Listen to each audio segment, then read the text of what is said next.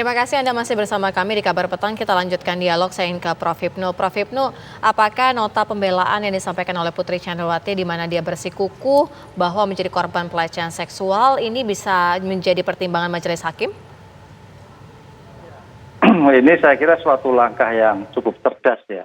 Karena kalau kita lihat dari bukti-bukti yang ada, sepertinya agak sulit untuk menghindar dari perencanaan. Dan hukumannya juga cukup berat, 8 tahun. Itu pun saya melihatnya juga aspek gender masuk. Oleh karena itu, sekarang tinggal bagaimana meyakinkan pada majelis terhadap pertimbangan yang meringankan. Apa itu pertimbangan yang meringankan? Adalah adanya dugaan pelecehan seksual.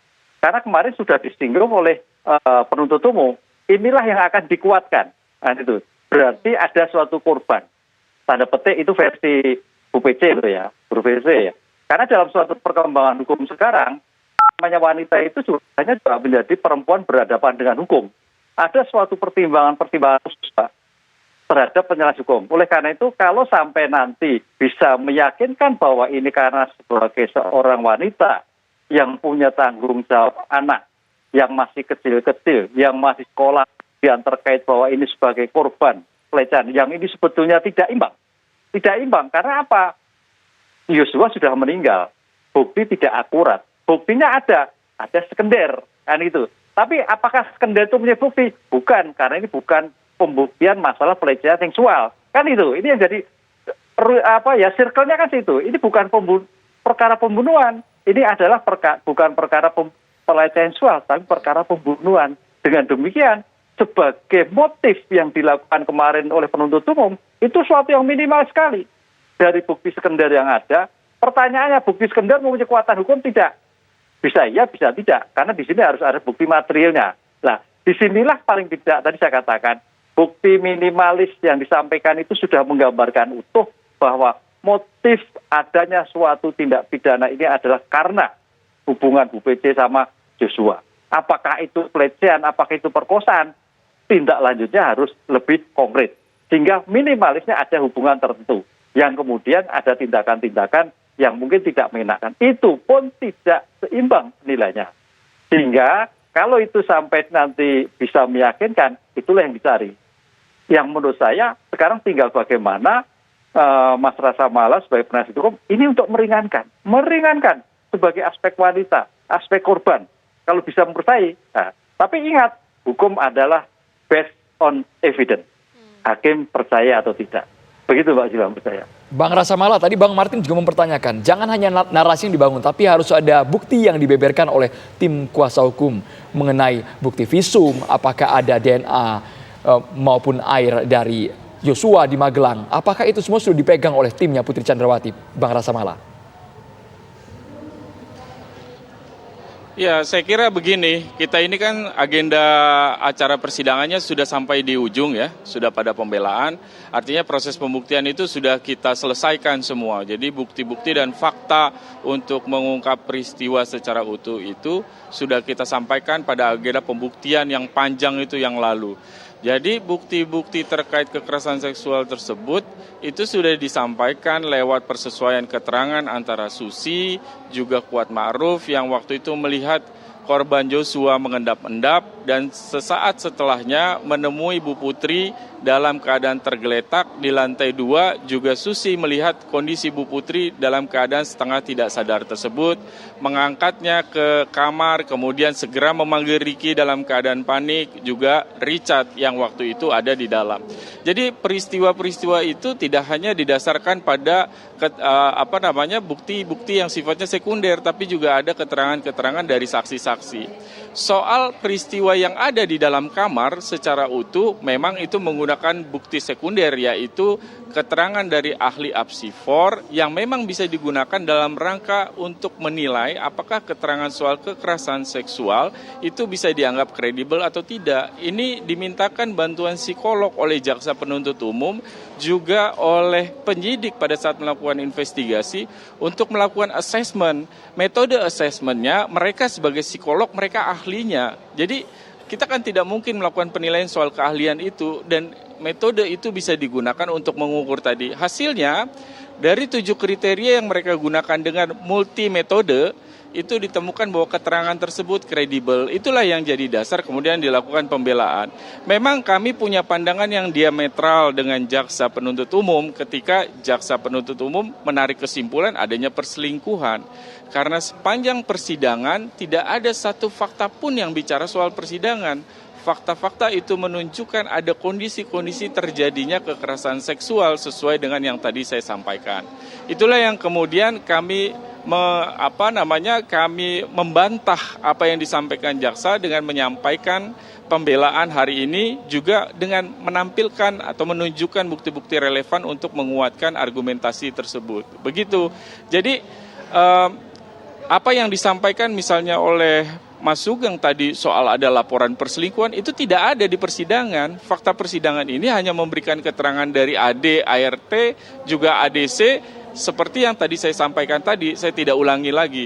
Jadi apa yang disampaikan tadi soal ada laporan di luar soal perselingkuhan itu tidak ada di dalam persidangan ini. Jaksa penuntut umum sendiri dalam surat tuntutannya hanya mendasarkan pada keterangan Kuat Ma'ruf yang waktu itu sempat menyebutkan ketika melihat kondisi Bu Putri dalam tergeletak, kemudian menyampaikan bahwa ibu harus lapor bapak, ada duri dalam, jangan sampai ada duri dalam daging. Maksudnya sebenarnya karena Kuat sempat melihat tadi Joshua mengendap-endap, kemudian menemui Ibu Putri dalam keadaan tergeletak.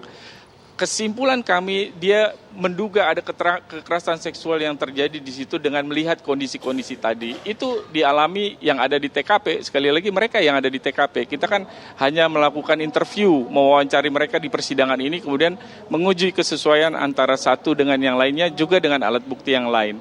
Itu Mas Andromeda. Oke, kita ke Pak Sugeng. Pak Sugeng, ada bantahan dari kuasa hukum seperti yang Pak Sugeng bisa dengarkan bahwa tidak ada itu namanya perselingkuhan, tapi ini lebih kepada terjadinya KDRT, kemudian pelecehan seksual dan lain sebagainya, di mana Putri juga dikatakan bahwa sampai tergeletak dan lain sebagainya.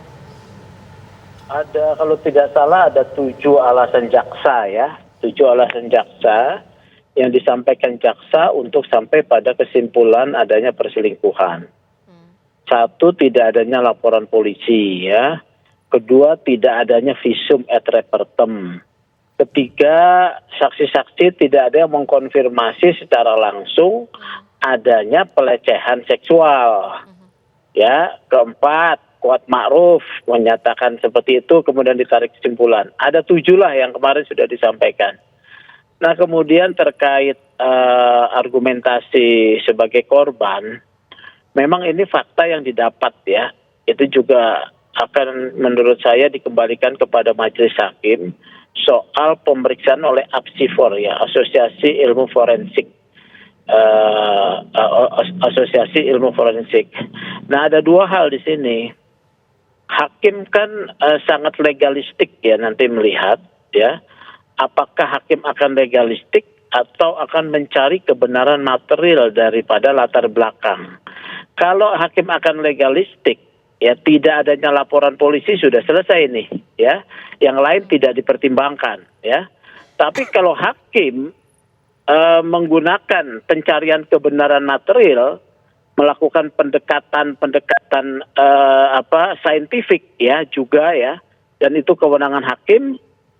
Nah, bisa saja argumentasi terkait dengan pelecehan ini bisa diterima, ya.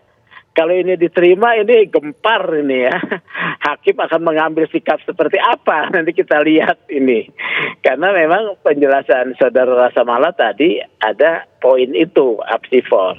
Tapi pemeriksaan APSIFOR itu bukan visum et repertum psikiatrum, ya.